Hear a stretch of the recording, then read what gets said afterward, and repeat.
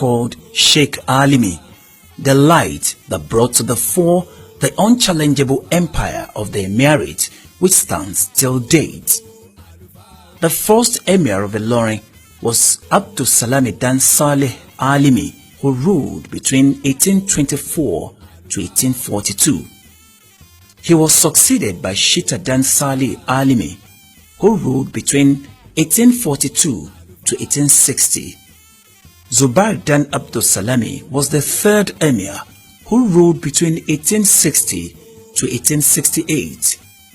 Aliyu Shita Dan Shita ruled between 1868 to 1891. Later, Sheikh Muhammad Zubair was in control between 1891 to 1896.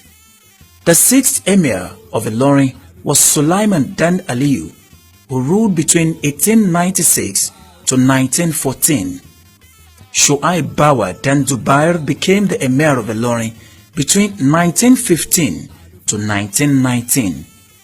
He was succeeded by Abdul Qadri Dan Shu'aib Bawa between 1920 to 1959. The mover and shaper of history, Sheikh Zulkarnain Gambari Dan Laufe, who happened to be the ninth Emir, ruled between 1959 to 1991. He was succeeded by Malam Aliyu Dan Abdul Qadri between 1992 to 1994. Then came the game changer and the unequal history maker, the 11th Emir of Ilorin, Alhaji Dr. Ibrahim Sulu Gambari, CFR, who rebranded and still is rebranding the face of the Ilorin Emirate in a way that resonates peace, harmonious relationship and progress in the city.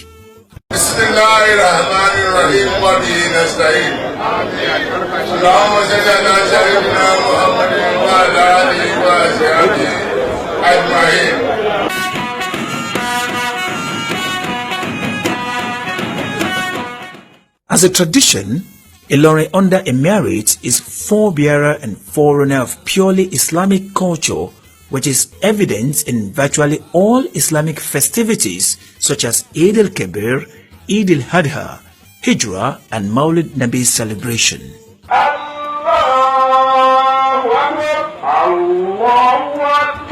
These festivities are laced with socio-cultural activities which are inherited and guarded over time from the founders of Ilorin. One of such cultural activities is Durbar. Durbar from history is horse race challenge among the warriors known as jihadists in the early 14th century, where horses will be dressed gorgeously and be put to race in front of the then emir.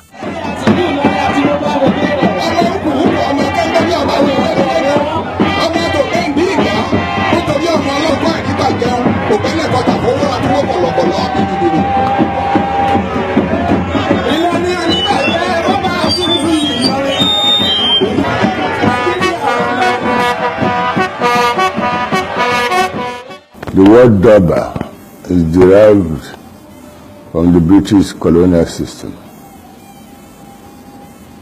The Indian traditional rulers or princes used to entertain the colonial masters on their, whatever was their Salah day, with a demonstration of horses, riding of horses, decorating horses and decorating men who are to be on top of the horses. So that became an annual event. And by the same token, I believe, directly or indirectly, the British met in the northern states a tradition that they also decided not to interfere with. And among such traditions is Durbar. Durbar is a celebration that occurs on Salah day, or a particular day fixed for Durbar after the Salah day, Eid al-Kabir or Idil Fitri. The horses of the then chief warriors such as Balogun Gambari, Balogun Fulani, Balogun Ajikobi, and Balogun Alanamu would then ride past, while the emir would then ride his beautifully dressed white horse with pomp and pageantry. Over the time, Durbar horse race has been a constant celebration that comes at the instance of every Eid prayers. This comes after the Eid prayer, when the emir returns to the palace and the Durbar takes place in front of the emir's palace.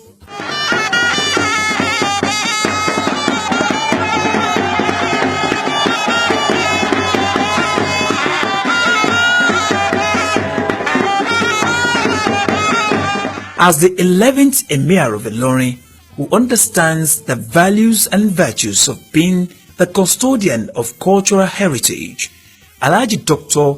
Ibrahim Sulu Gambari, CFR, deemed it fit to celebrate the 2018 Durbar in grand style.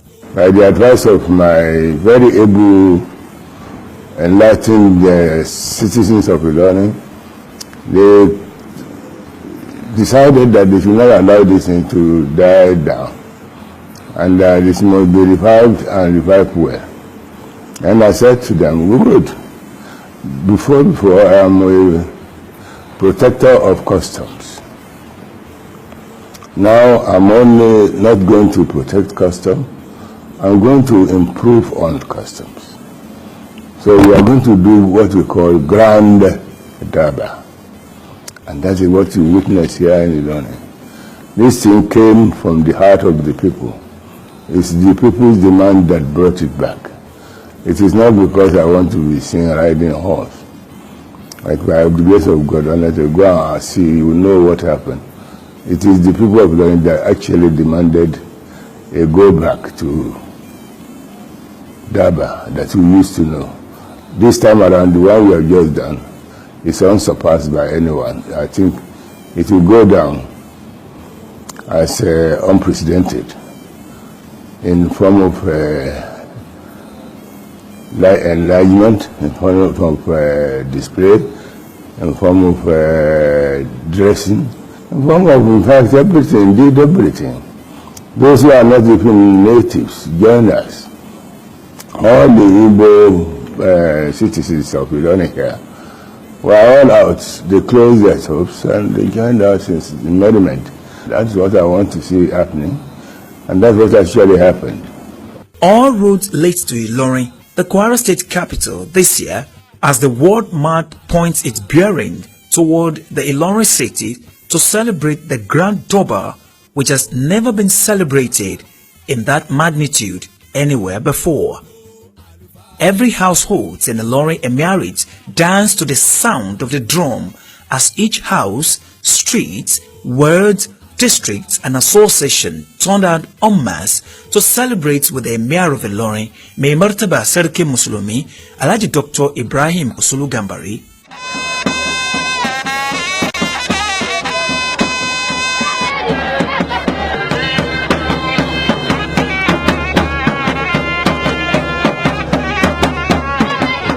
On the second day of Eid al-Kabir, the 22nd of August 2018, the four walls of the Ilorin Emirate were filled up with the people as horses were dressed in a beautifully decorated attire in different stripes and styles, warming up for the Grand Durbar.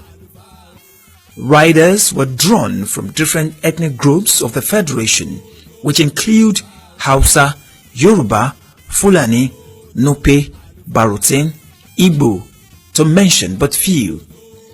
As early as 7 o'clock in the morning, tambari drums and kakaki dominated the tunes of the city as fluters and drummers toured round the city for the accentuation of the Grand Durbar.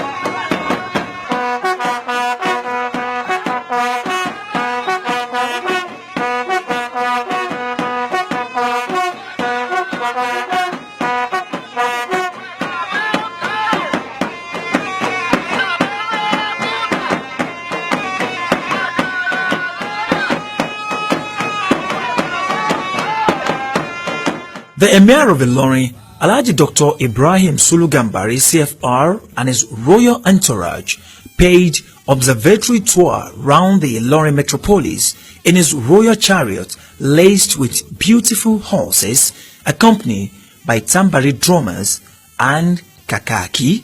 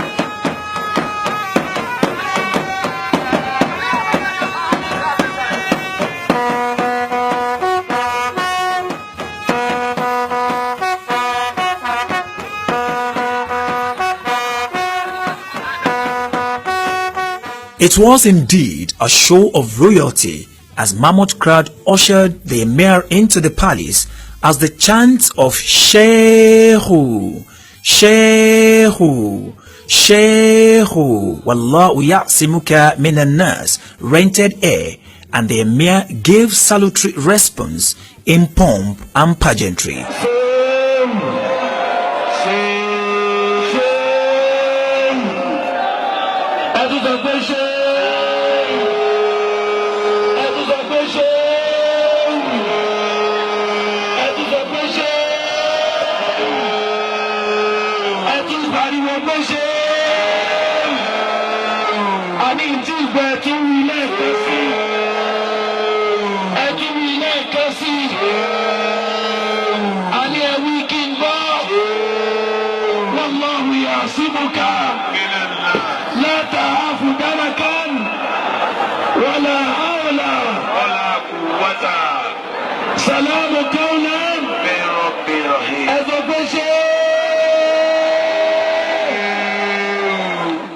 People from different walks of life no doubt were entertained by the local Ilorin traditional musicians such as Baba Jaigbade Alao, Iya Tanimawo, Iyabo Balu, Adisa Owala, and others.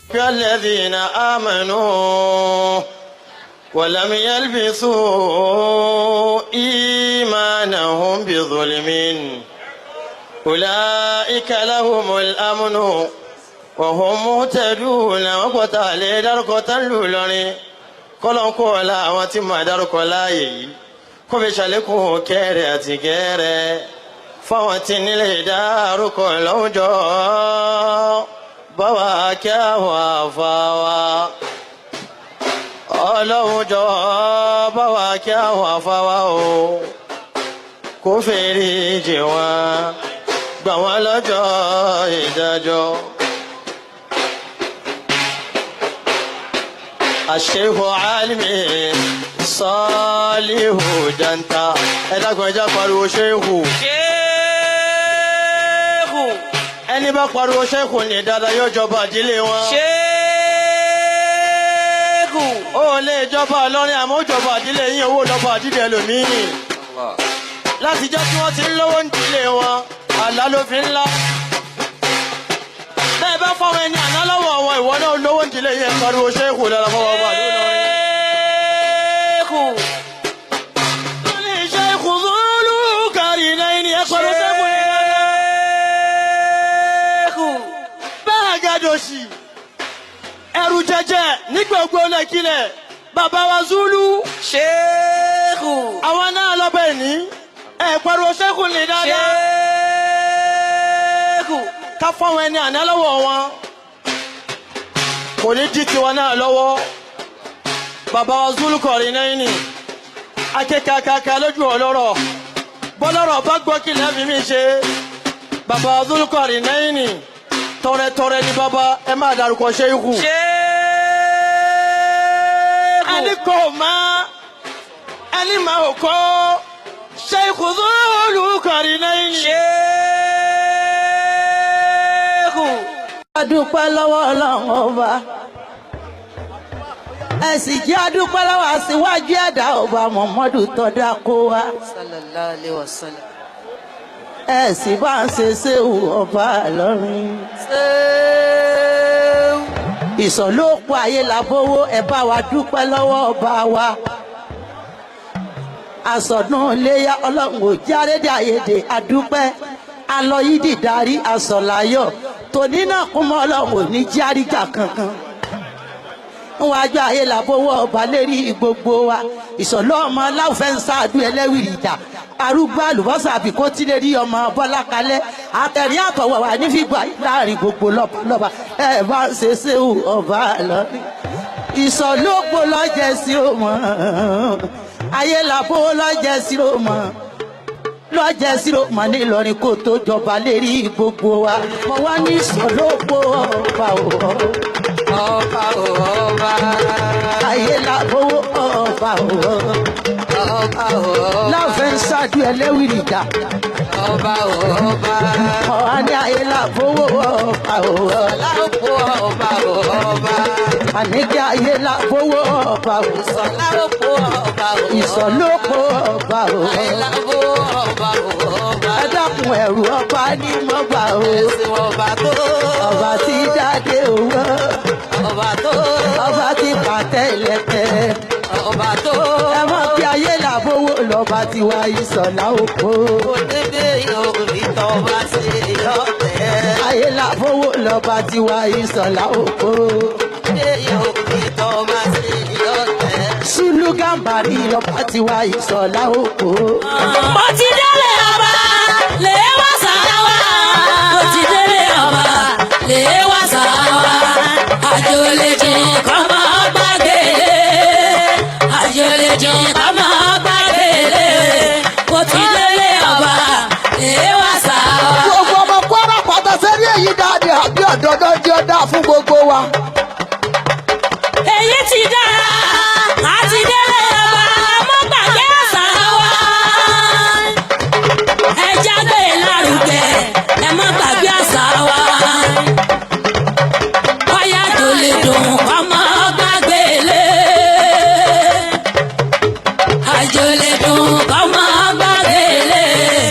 Ẹ jáde lé ọba lè wá sá wa. Gbogbo àfáà lórí adúpẹ́ lọ́wọ́ ní ẹsẹ̀ ẹ̀kọ́ àdúró ti wà ọlọ́mọ padà lẹ́yìn gbogbo wa. Bóyá kí là ń fọ ọba pé ọba òun láṣẹ ọba. Ìṣẹ̀lẹ̀ àbílà ń fọ ọba pé ọba láṣẹ ọba. Bóyá ọba tó tóbi àrò ọba òun láṣẹ ọba. Ìṣẹ̀lẹ̀ ọba tó dé pàlẹ́kẹ̀ ọba láṣẹ ọba. Ní kí là ń fọ ọba pé ọba òun láṣẹ Ìṣọ̀dá ọba. òpó mọ́lẹ́wà ládé ni. Ìṣọ̀dá òpó omi àtọ̀ ìṣèbù bájú. Òpó rọ̀ṣà òpó gbàjà lé mọ́lẹ́wà. Ọba wa ló ní a máa ro ìdásọ̀ ìṣọ̀dá òpó ilẹ̀ ẹ̀yún. Ẹ̀rù ọba ni mo wà ọba tó. Ọba tó tó bí aró. Ọba tó. Ọba tó tẹ̀ palẹ̀kẹ̀ ọba tó. Ọba tó tẹ̀ pàlẹ̀kẹ̀ ọba tó. nígbà yẹn Olúwa ló ní ìlú Èkó bàbá olóbì ló ní Ìlọrin bọ̀lé bọ̀bọ̀ rẹ̀ division. nígbà yẹn Olúwa ló ní ìlú Èkó bàbá olóbì ló ní Ìlọrin bọ̀lé bọ̀bọ̀ rẹ̀ division. epo àkàrà kọ àkànmú bẹ́ẹ̀ nìbàdàn. Akọ́mù mi Dáúdà. Epo àkàrà àkànmú bẹ́ẹ̀ nìbàdàn. Akọ́mù mi Dáúdà. Àdìó ń bẹ lágége. Àdìó lọ bá sísá. Aládìó ló lágéríge. Àdìó lọ bá sísá. Ìgbà tó yá ó di fújì. Olúwa ọba wa yóò lórí Àyìndé mi Síkírù. Àwa máa yọ̀ o, orí bá wa ṣe àwa máa yọ̀ o, àdúpẹ́. Orí bá wa ṣe àwa máa yọ̀ o. Ọpẹ́ tá a dá o, ìlú Àlímì torí dá wa sí. Àdúpẹ́, ìlú Àlímì torí dá wa sí. Àjogún kéwú. Ìlọrin jogún ìmọ̀ tó pé tó yege. Àjogún kéwú. Ìlọrin jogún ìmọ̀ tó pé tó yege. Àwa Ìlọrin ò gbọ́dọ̀ jájá. A kì í jẹlẹ́dẹ̀. Ìlọrin kì í ságbèrè. A kì í jẹlẹ́dẹ̀. Ìlọrin kì í ságbèrè.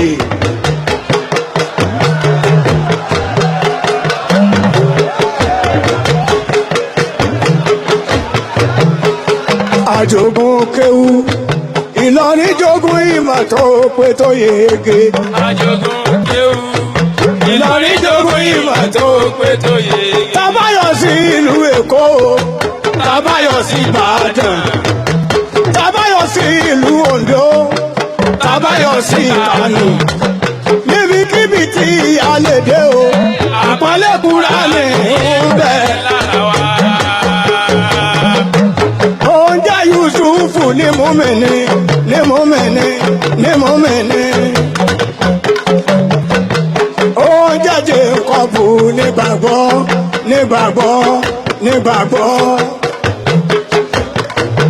Òdègbò lóru ọjàjà yìí, ọlọ́wọ́ yànjú ẹ̀ bódọ̀rùn. Oúnjẹ Yusufu Ní mùmínì, ní mùmínì, ní mùmínì. Oúnjẹ Jẹ́kọ́bù nígbàgbọ́, nígbàgbọ́, nígbàgbọ́. Òdègbò lóru ọjàjà yìí, ọlọ́wọ́ yànjú ẹ̀ bódọ̀rùn. àwa mùmínì lódodo. Bá a ṣe kírun nígbà àwẹ̀, ẹ dákun nígbà àwẹ̀ bá tán. Ẹ jẹ́ á máa kírun má dọ̀tá wa. Ẹ dákun aráyé. Ká máa kírun má dọ̀tá wa. Ẹ dákun aráyé. Ẹni tó bá lè bínú, ẹni kò máa ṣiṣẹ́ mọ́. Iṣẹ́ tó fòókùn ọdún ṣe, ìṣẹ́jú kan àbọ̀ yóò kóra sí kankan.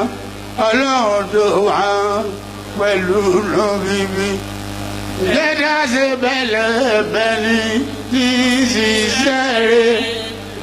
Ṣe bẹ́lẹ̀ bẹ́ni tí ń ṣiṣẹ́ rẹ̀.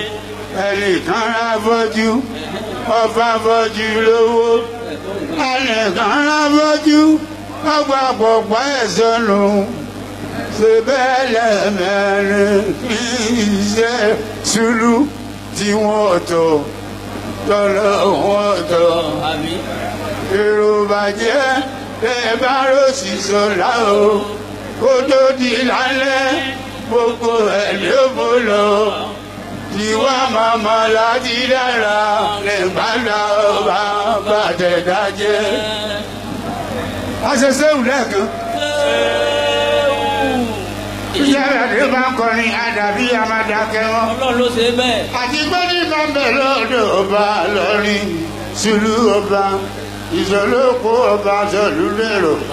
Ìṣòlókò tó yọba tí gbogbo lù nù yìí. Sùlú ọba, ìṣọ̀lá ọba, Mamadu ọba, Káàdì ọba, bàbá ìyá rẹ̀ ọba ni. Káàdì ọba, ìṣọ̀lá ọmọ Káàdì ọmọ Gìlání ọmọ ọba tó tún bí ọba ni. Ọba tó ní pìlẹ̀. Ọba tó bí ọba. ìṣòlókù ọba rẹ̀ nípìnlẹ̀ ọba tí ń tọ̀lú lérò ọba tí ń ṣe gbogbo ìlú ọmọ sọ ìṣòlámọ́ káàdì ìmàgé lání. ojú wádà lùlọrin bójú gbogbo orin jìdálé ọba bójú àgùnlù jìdá àwọn olùdó sílùú ọba ìṣọ̀lá ọba ayélabówó ọba ìṣọ̀lá ọmọ káàdì ọmọ àgbélá ní ọmọ ayélabó olóyè ní bàbá rẹ ọba lómi ọkọ tó lọ ọba tún ní bàbá ìyá rẹ ìṣọ̀lá ọmọ bọ́lájà ọmọ bọ́lájà máa ṣe fi ọmọ bọ́lájà máa ṣe fi.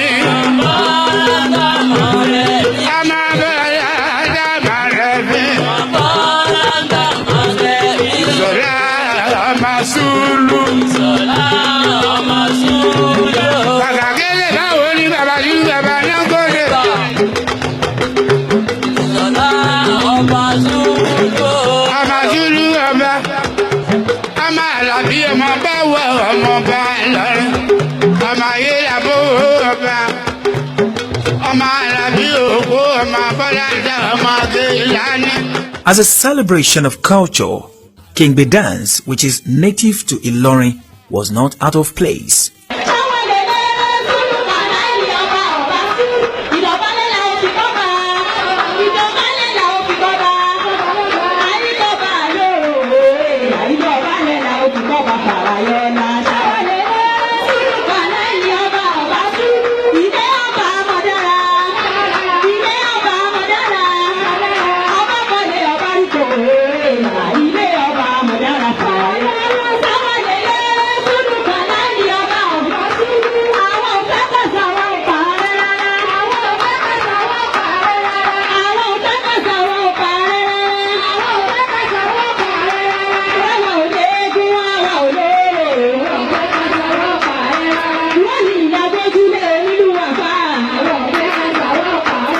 Other cultural performances from other tribes found their places in the event, which added color and glamour to the Grand Durbar.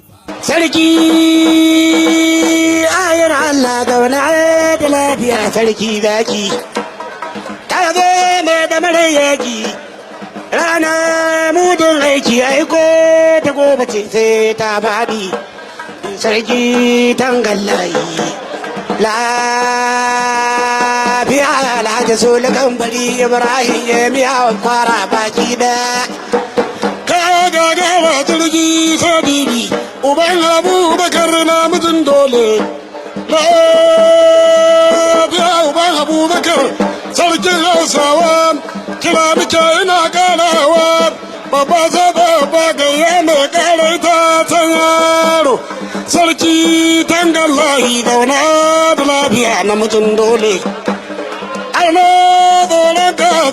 ka gagare su sarki mai daraja tambura sai mai fada lafiya Alhaji Sule Gambari Ibrahim miya bukwara na mutum dole baba uban baba ya gaishe ka sarki ka mai da mara yaki. All the traditional chiefs, illustrious sons and daughters of the Ilorin Emirate, both home and abroad, which include the Senate President for the Republic of Nigeria, Alhaji Dr. Abubakar Bukola Saraki, graced the epoch-making occasion. It brings everybody together as a family to bond, for love, to appreciate what I've got. And a lot of younger generations for time also have not had the opportunity to do this.